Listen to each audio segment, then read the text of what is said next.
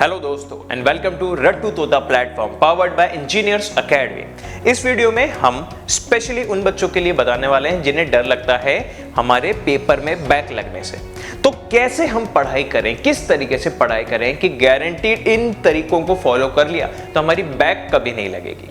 ठीक है, तो इस वीडियो का शीर्षक है कि कैसे पढ़ें कि हमारी बैक ना लगे।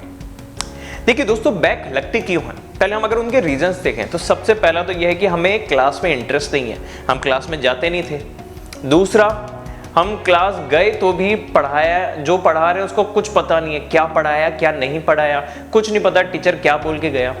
कई बार टीचर ने, हम क्लास में गए भी, कुछ हमने हंसी मजाक कर लिया तो टीचर के नज़र में आ गए कि यार ये इंसान, इसका ये नाम है और ये बहुत मस्ती करता है, तो हमारे इंटरनल्स कम दिए, हमें असाइनमेंट में मार्क्स कम दिए, हमें क्विज का टाइम टेबल नहीं पता था, इस तरीके की चीज़ें हो गई।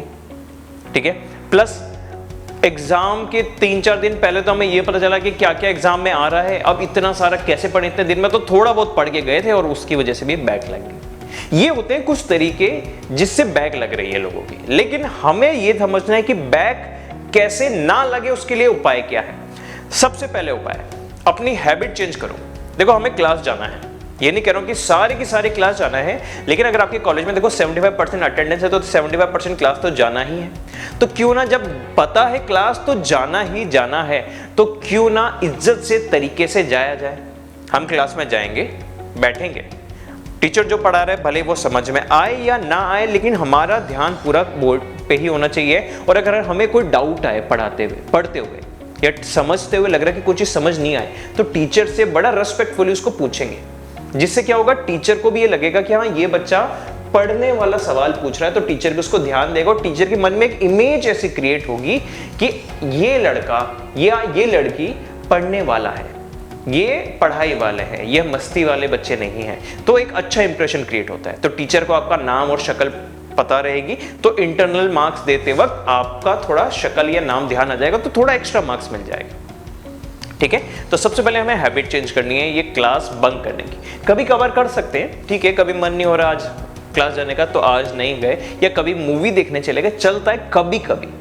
ठीक है, लेकिन 75 या 80% जो भी आपका कॉलेज का क्राइटेरिया है उतना तो हमें क्लास जाना ही है। तो बड़े तमीज से, तहजीब से जाएं और क्लास में हम टीचर के जो भी पढ़ा रहे हैं उस पर बोर्ड पे ध्यान तो दें। हो सकता है कि शायद जो टीचर पढ़ा रहा है वो आपको समझ में ना आए, लेकिन कोशिश तो कर सकते हैं आप। सवाल पूछ लीजिए कि सर ये समझ नहीं आया, कि सर थोड़ा सा अच्छे से समझा दो, ऐसे पूछ सकते हैं। ठीक है, दूसरा तरीका है, देखिए एग्जाम से एक हफ्ते पहले सब कुछ पढ़ने से बेटर है रोज थोड़ा थोड़ा पढ़ लो।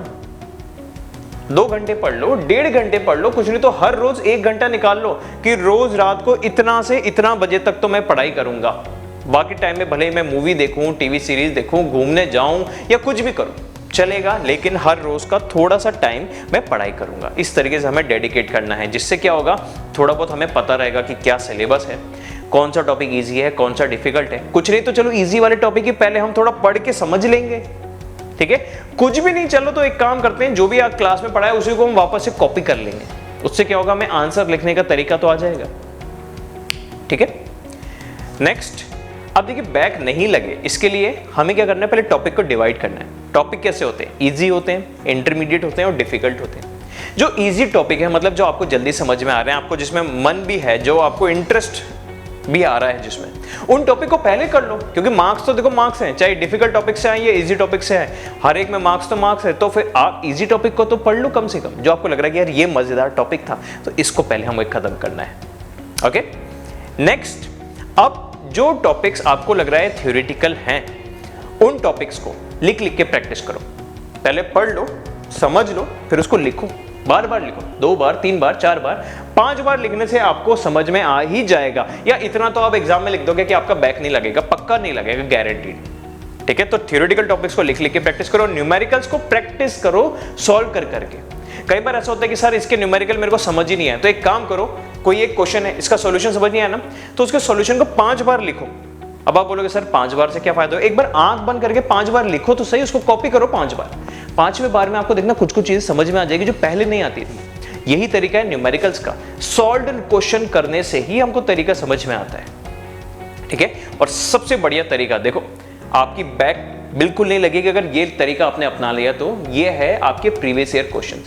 प्रीवियस ईयर क्वेश्चंस आप जितने ज्यादा प्रैक्टिस करोगे आपको ये समझ में आ जाएगा कि इस बार के पेपर में कौन कौन से क्वेश्चन आने वाले हैं। क्योंकि देखिए सेमेस्टर एग्जाम में सिंपल सा तरीका होता है, आधे से ज्यादा क्वेश्चन, सिलेबस तो वही है तो आधे से ज्यादा क्वेश्चन जो पिछले साल पूछे गए थे वही आएंगे। क्योंकि देखो सिलेबस इतना है, फिक्स्ड है हर साल, उसमें इंपॉर्टेंट टॉपिक्स भी फिक्स्ड है। अभी आधे से ज्यादा पिछले बार पूछ लिया और बाकी जो थोड़ा बहुत इस बार पूछ लिया तो कहीं ना कहीं क्वेश्चन तो मैच हो ही जाते हैं। तो अगर आपने पिछले साल के 2-3 क्वेश्चन पेपर को एकदम बढ़िया से सारे क्वेश्चन प्रैक्टिस कर लिए, उसके थ्योरी क्वेश्चन भी प्रैक्टिस कर लिए, न्यूमेरिकल भी प्रैक्टिस कर लिए, तो पक्का आपका हो जाएगा आराम से पेपर क्लियर, बिल्कुल बैक नहीं लगेगी। ठीक है, तो दोस्तों ये कुछ तरीके हैं जो आपको फॉलो करने हैं जिससे आपकी बैक नहीं लगे। इस तरीके की और फर्दर अपडेट्स के लिए जुड़े रहिए रट टू तोता प्लेटफॉर्म से। Thank you and have a nice day. If you really like the video, hit the like button, share the video, comment on our video and subscribe to our YouTube channel and press the bell icon for the latest updates. Thank you.